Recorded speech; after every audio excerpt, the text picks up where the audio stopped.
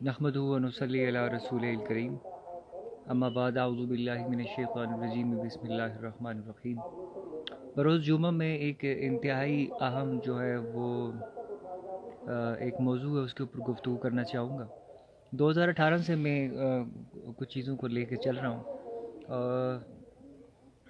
जो नहज मैंने तहसील मरी में अपनी इन बरादरियों की और इन लोगों की यहाँ पर जो है ज़िंदगी गुजारने का जो तरीक़ेकार है वो देखा है, और जो हमारे हालात चल रहे हैं इस वक्त पूरे मुल्क पाकिस्तान के फ़ीस माना जो आप है किसी इंसान पे भरोसा नहीं कर सकते।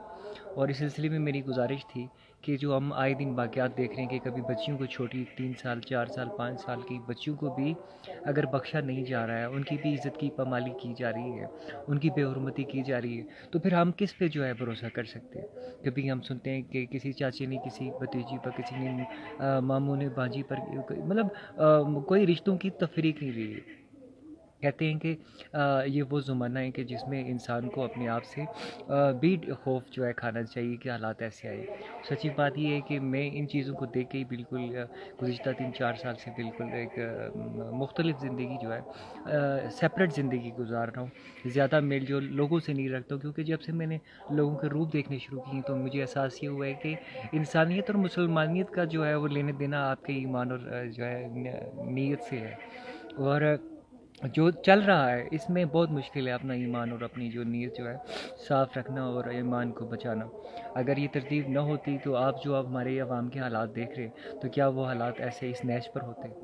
कभी आपने किसी आले शरीफ को, आले भुट्टो को, इनके जितने बड़े बड़े तरतीब वाले इनकी औलादों को देखा हो अपने माँ बाप को सपोर्ट करते हुए, डिफेंड करते हुए?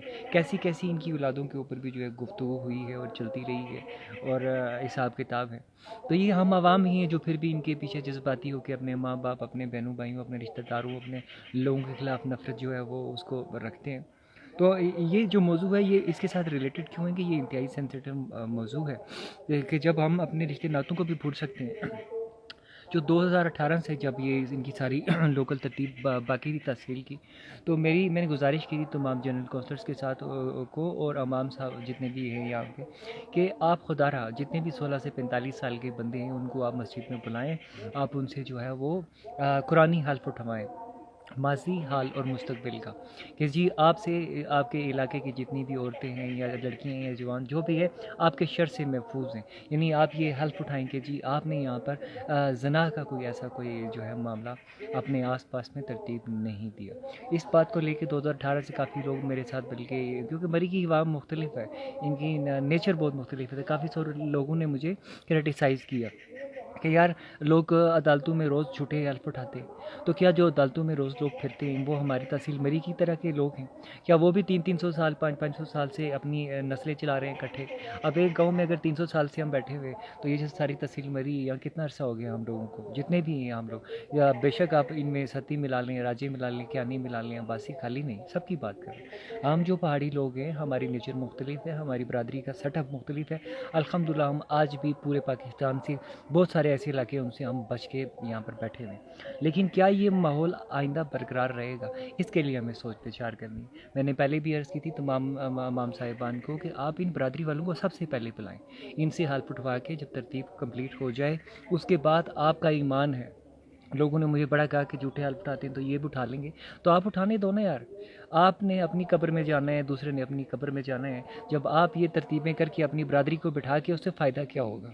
कि अगर आपका मुसलमानियत आपकी बरकरार है, आपकी इंसानियत बरकरार है, तो कोई आदमी भी अगर अब मस्जिद में बैठ के इमाम के रूबरू हो के अल्फिया कुरानी ये ऐद और इकरार कर ले कि जी माजी में मैंने ऐसा कोई काम नहीं सर अंजाम दिया, अपनी ये बरादरी मेरी महफूज है मेरे शर से, और उसके बाद हाल का भी उठाता हो और मुस्तकबिल का भी उठा ले, तो फिर आपको मेरे ख्याल में जो है वो शक और शुबा और इन तमाम मामलात से बालातर हो जाना चाहिए बहैसियत एक मुसलमान होने की। और मैं जो लोगों की गुफ्तगू देखता हूँ मामला, हम जो है शादीशुदा जितने भी लोग हैं आपको हकीकत पसंद होना चाहिए।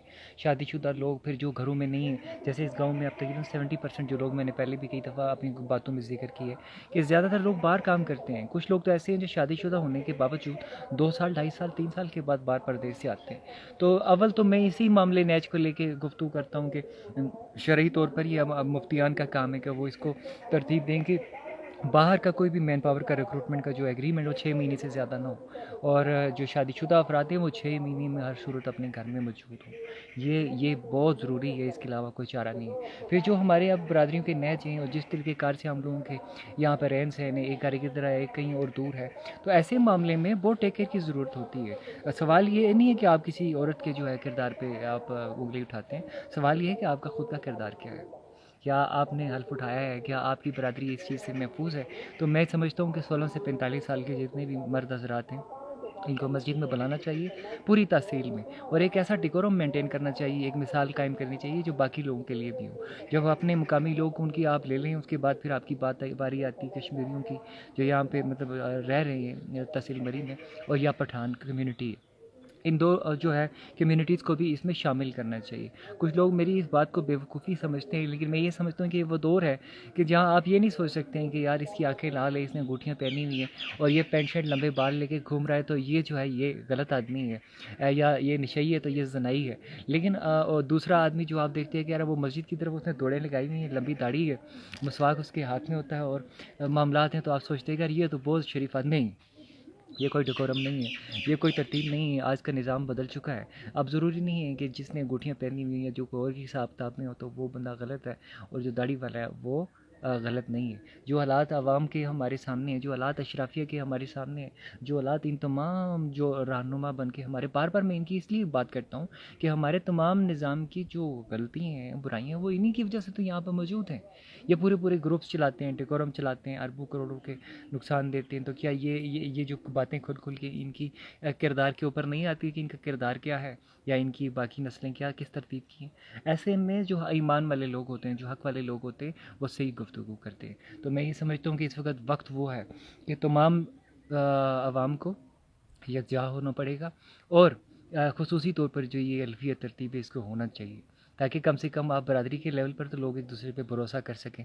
آپ کو ایمان ہو کہ یار یہ بندے نے قرآن ہاتھ اٹھایا ہوا ہے، ماضی کا بھی، حال کا بھی، مستقبل کا بھی. اب ہمیں یہ گفتگو نہیں کرنی چاہیے.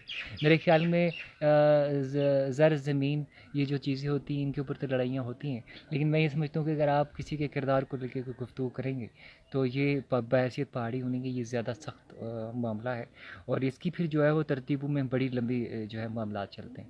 تو میری خواہش ہے تمام امام صاحبان سے، اگر وہ سنیں خدا را اس معاملے میں آپ اپنا اکثر ادا کریں، اور مسجد میں بلائیں جی ایک ایک برادری کو، اپنی اپنی متعلقہ برادری کو بلا کے آپ یہ حلفیہ قرآنی ترتیب کروائیں ان سے. اس میں کسی کی بےزتی نہیں ہے. جو بندہ خود صاف ہوگا وہ آئیں بائیں شائیں قائم نہیں کرے گا، وہ سیدھا سیدھا حلف اٹھائے گا.